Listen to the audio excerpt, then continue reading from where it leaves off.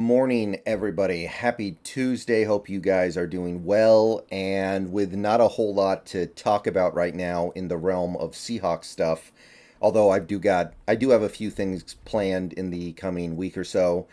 I thought now would be a good time to just throw out my review of a video game that came out last month that I just finished as of this recording like 20 minutes ago. Literally just beat it, just got through the end credits, just got through everything, and now I'm here to do my review of the most recent Legend of Zelda game, The Legend of Zelda Tears of the Kingdom. So, Legend of Zelda Tears of the Kingdom. Now, before we talk about this game, I want to give a little bit of my own personal backstory when it comes to a game like this. Zelda is a franchise that I haven't had as much exposure to and am not as familiar with as most people. There are definitely a lot of people out there to whom Zelda games mean way more than they do to me. A lot of people grew up playing the SNES Zelda, the Super Nintendo Zeldas, the Nintendo 64 Zeldas, and they consider those games to be some of the greatest games ever. Even younger people loved Breath of the Wild, which was released, I believe, 6 years ago. There are some people who grew up with maybe a game like Wind Waker or Twilight Princess, games like that, and those games mean a lot to them. That's not really me. I didn't grow up playing Zelda very much. When I was a teenager, as part of kind of a retro trip that I took most summers when I was not in the middle of school stuff, I went through the original Legend of Zelda and Zelda Link to the Past. This was like in 2004, 2005. I like those games. I thought they were good. Um, that's really about it in terms of like old Zelda exposure. Earlier this year, I went through Breath of the Wild for the first time, and I really liked it. I thought it was a really good game. So that's kind of it. I played a little bit of Zelda 2: The Adventures of Link. I didn't like it. Played a little bit of like Ocarina of Time, and that's a game that people go nuts for. That's a game that people have a crazy amount of admiration, respect, and love for. I don't know. Maybe I'm just missing the boat here. Maybe it doesn't age well. I don't know. Every time I try to play it, I just get bored and give up after like a couple hours. So I didn't grow up with that game. I didn't grow up playing any of these games really. So Zelda doesn't mean to me what it means to a lot of people. So understand that as you're watching this. I can only really report on my own experience. And my experience is not one of somebody who loves this franchise and plays every Zelda game and considers Zelda to be some amazing franchise. It's a pretty good franchise. I've enjoyed most of the games that I played. I wouldn't even call games like Ocarina of Time bad. I just keep losing interest. So, by the way, one of these days I may do something about that on stream. So, just something to keep in mind. But anyway, I did like Breath of the Wild quite a bit. I thought it was a really good game that was kind of bordering on great. And I was excited for this one. I was excited to see what they were going to do in Tears of the Kingdom that was different. I figured it was going to be similar to Breath of the Wild. And for the most part, that is basically those two things kind of define my experience here. It is like Breath of the Wild. Some people seem to believe annoyingly so. And there is also a decent amount of new stuff improving on the original game that I think is enough to at least make it not just a rehash. Like you played sequels before. I think we all have. We've all been here where you play a sequel to a game that you loved and you just feel like you're playing more of the original game, and that's okay, but it's not exactly what you're looking for with a sequel. You want something new brought to the table here. There's a little bit of stuff brought new to the table here. It's not a ton, but it's a little bit. I think it's enough. I mean, at the end of the day, Breath of the Wild came out 6 years ago. So if we get one game like this every 6 years, that's not the worst thing in the world. It's not like Assassin's Creed where they make a new game every year, or Call of Duty where they make a new game every year. That might get old. So let's spend a little bit of time just talking about some of the basic and more obvious stuff just to kind of get it out of the way. This is the not so interesting stuff. The story, plot, and characters of this game are okay. They work perfectly fine for the kind of game that this is. This is not trying to do anything too elaborate or fancy. It's a hero saves the world and rescues the princess story. Little bit of window dressing, not a lot. Little bit of character stuff, but not a lot. Very similar to what you saw in Breath of the Wild. So if you played Breath of the Wild and your experience with that game was kind of like, yeah, that was a story that wasn't really worth paying attention to, but it was one level above, like, just bare bones. It's roughly similar here. There's a little bit of backstory stuff, a little bit of character stuff. If you do a lot of the side quests, you can learn stuff about the lore, and some of it's fine, but it's not really anything that pulled me through the game. I freely admit I kind of tuned out on some of the finer details of the plot as this game went on because it just was all pretty generic to me. But that stuff's fine. The characters are fine. It's like the first game basically. Pretty simple stuff. Little bit of window dressing. It works. Um, I also want to get this out of the way because everybody is saying it when they're talking about this game, and they're right. But at the same time, I don't want it to drag down the overall impression of this game that I have, because a lot of people have correctly slammed this game for not running very well and not looking all that good. It basically looks exactly like Breath of the Wild. Same graphics, same frame rate, same. I mean, it's even the same world almost. It adds the depths and the sky islands, but we are definitely talking about a game here that is not trying to impress you visually beyond what you saw in Breath of the Wild. So, a next gen game. What are we on now? Gen 9? A Generation 9 video game that costs $70 should not look like this, should not run like this. I'm about the millionth person to point this out, so I'm not saying anything too original or new. So I'm not going to spend too much time on it, but yeah, it is kind of bogus that this game costs $70. And unlike most games that cost $70, which will eventually get a price drop, you know this one won't. This one will not be getting a price drop pretty much until 5 years from now, when everybody who has any interest in playing it has already played it. So yeah, that's a problem. Supposedly we're paying the extra money on new releases this generation, $70, because it takes more money and more effort to make a current gen game. But this game looks like a high-end GameCube game, so that's not present here. So yeah, that is a little bit of a problem, but here's the thing, guys. I'm used to it. I'm not going to get upset about it. It is worth pointing out, but this is Nintendo. Nintendo does this. Nintendo releases Pokemon games on the Nintendo Switch that look like they could have come on like a slightly improved PlayStation 2. And those games sell like crazy, and everybody spends full price on them. So why would they do anything different? And at the end of the day, you don't go to Nintendo games to be impressed visually. If you do that, you're in for a bad time. The game, the scope of the game, the things on screen in the game look cool. There are some cool moments in it, but overall, yeah, if you're here for a graphical and visual experience, you're not going to get it. Just wanted to go ahead and push that out of the way. But I think that this game, the scope of what is going on in this game, like the size of the world and the way in which you can explore it, it's enough for you to kind of forget about how lackluster the look of the game can be sometimes.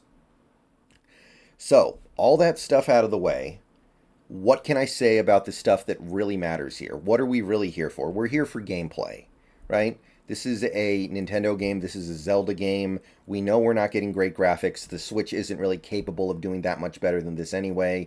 We're not here for a captivating story or amazing characters. We're here for gameplay. The gameplay in this game is going to remind you a lot of Breath of the Wild, which, again, I am totally okay with.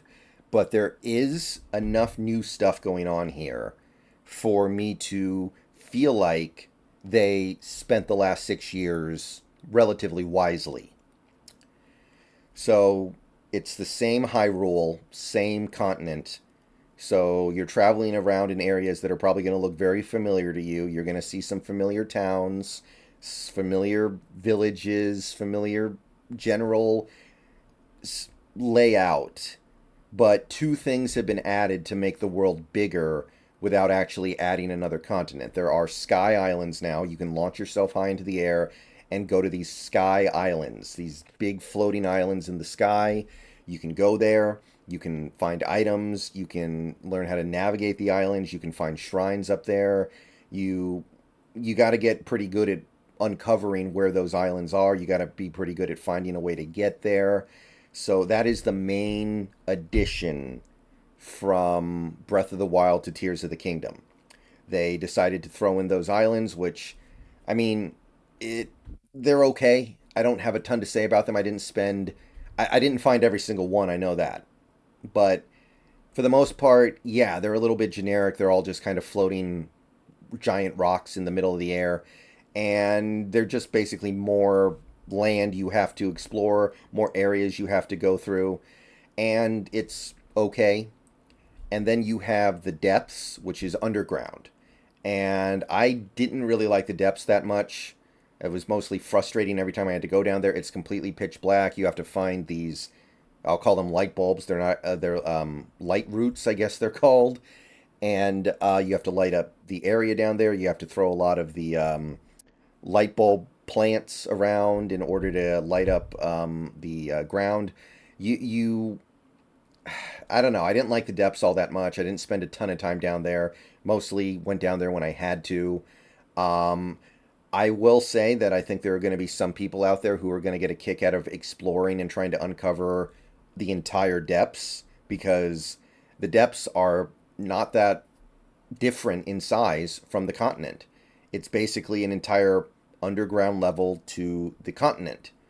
So that will take a lot of time, and some people are going to get a kick out of it. I didn't hate it. I wasn't super into it, though. It kind of felt like the same area repeating over and over and over again. You do find some cool stuff down there, isn't a ton, but overall, it was just kind of like, oh, more stuff to do. It wasn't anything that blew me away. It wasn't anything that made me think, like, oh, this game's way better than Breath of the Wild because they added this. My the things that I like about the game are largely the same from Breath of the Wild. I like the exploration. I like the attempts at realism, which don't go too far, but go just far enough, like temperature, armor adjusting depending on what temperature you're in, whether or not armor is going to be effective or not, whether or not you're going to lose health because it's too cold or too hot, stuff like that. I thought that was really cool. The cooking system is really cool. Um, I was okay with the combat system in Breath of the Wild, and the combat system here is basically the same. You pick up a lot of weapons and you use them to hit a guy like three times, and then the weapon breaks. And I think it's a little much in Breath of the Wild. I played plenty of games where your weapons break after use, and some of the weapons in these new Zelda games break immediately. They're made of glass. I think it's a little overdone, and I wish some of the weapons lasted a little bit longer than they do, but it is what it is. You learn to adjust. Um, it's pretty good. I will say I find the combat to be a little too inconsistent to really work on the level of a Souls game or Elden Ring, where the combat is basically perfect. Like you hit a button and the button does what it's supposed to do, and you feel like there's a consistency there. Like if I do the right thing, will be rewarded. In Breath of the Wild and Tears of the Kingdom, I feel like sometimes that's not the case. I feel like sometimes you push the right buttons, you do the right things, and there are little inconsistencies in the combat that can lead to a different result. And when you're doing combat against like some of the minotaurs in this game, and of course the previous game, that is a problem to me. I need the controls to work the same way every time so I can actually beat an enemy that is really hard to beat, that I have to hit a lot and can only get hit a couple times by. But it's good. It's just not as clean as the best games in that genre. So that's all the same. The hang up, excuse me, not hang up, opposite of hang up. What's the opposite of hang up? Drop down. Oh, the thing about this game that stands out to me, there are really two things that make me think this game is not only worth playing despite being similar to Breath of the Wild, but is better than Breath of the Wild. Are first, we have the powers that Link gets throughout the game from the sages. Those powers were a lot of fun. In the first game, you got powers, but this game they completely changed them up. Now you can weld items together to create contraptions, to create vehicles, to create um, all kinds of cool different things, to create weapons. There's so much potential within that adding that to this game, which some people have pointed out makes the game feel like Minecraft as much as anything else at times, was a great idea. I loved it. There's a mechanic to turn back time for a particular object, kind of made me think of It Takes Two. There was a one where you can jump through the ceiling, and if there's a valid floor above you, it'll take you up. It'll basically allow you to move straight up from your position to a floor above you. That was cool. There was another one. What was the other one? Um, oh yeah, well, of course, there's like the camera and stuff. That stuff carries over from the old game. But shoot, what was the other one? Oh yeah, there's an auto build system where you build something and it remembers it, so you can instantly build it later if you get the parts together. That was awesome. Great idea. Takes a lot of the busy work and downtime out of this game when you're trying to construct stuff, because building like vehicles, building structures, building barricades, building weapons is a huge part of what you're doing in this game. So I loved the new powers in this game. I thought they were better and radically different than the ones in the first game. And to me, that made all the difference. Every time you go into a shrine or a temple, what you're going to have to do is just so different because of the nature of your powers in this game compared to the first game. That keeps things fresh without drastically changing the way the game plays. You also have four CPU controlled teammates. Actually, by the end of the game, there are a lot more. But you have these CPU controlled teammates that assist you in combat, which I liked. I will say, I got a little frustrated with them running away from me all the time. I felt like they often were not doing the best possible job of helping me in combat, but it was a good way to get through fights without burning your weapons or putting yourself in danger. You would just utilize them, and I liked it. It was another thing that was fresh from the first game, so that's actually a second thing. It does occasionally make the game too easy. I think it's telling that the game gets really hard at the end when they take those guys away from you. But that's not something that I'm gonna hold against the game. Like at the end of the day, you can just choose to not use them as much if you're finding they're making the game too easy. Maybe you could argue that. And the third thing, I'm gonna throw a third thing out there now that I think was a step up from the first game, the ending. Now, I'm not gonna say the ending was perfect, because whereas Breath of the Wild's ending was way too short and way too easy, as in I didn't die once against the final boss, this one is way too long and maybe a little too hard, but at the end I kind of feel like they had the right amount of hardness. Like the boss is fun. I liked figuring out the patterns. I liked figuring out what I needed to do. I liked kind of figuring out ways to get damage in without taking damage myself. That's great. Like that kind of reminded me of Dark Souls Elden Ring boss, and that's great. But it's so long, and there are a bunch of cutscenes. Their boss has like 6 phases, and it's like, okay, you went too far. There's like a middle ground between too short, which was the first game, and too much, which is this game. But it's better. I would rather have it be too much than too little. So I gave Breath of the Wild an 8.7. I would give this an 8.9, an improvement. All right, that's my review. Let me know what you guys think down below. Final Fantasy 16 comes out in 9 days, I believe, and that will be the next game. So, see you guys later. Go Hawks, and let me know what you thought of Zelda Tears of the Kingdom.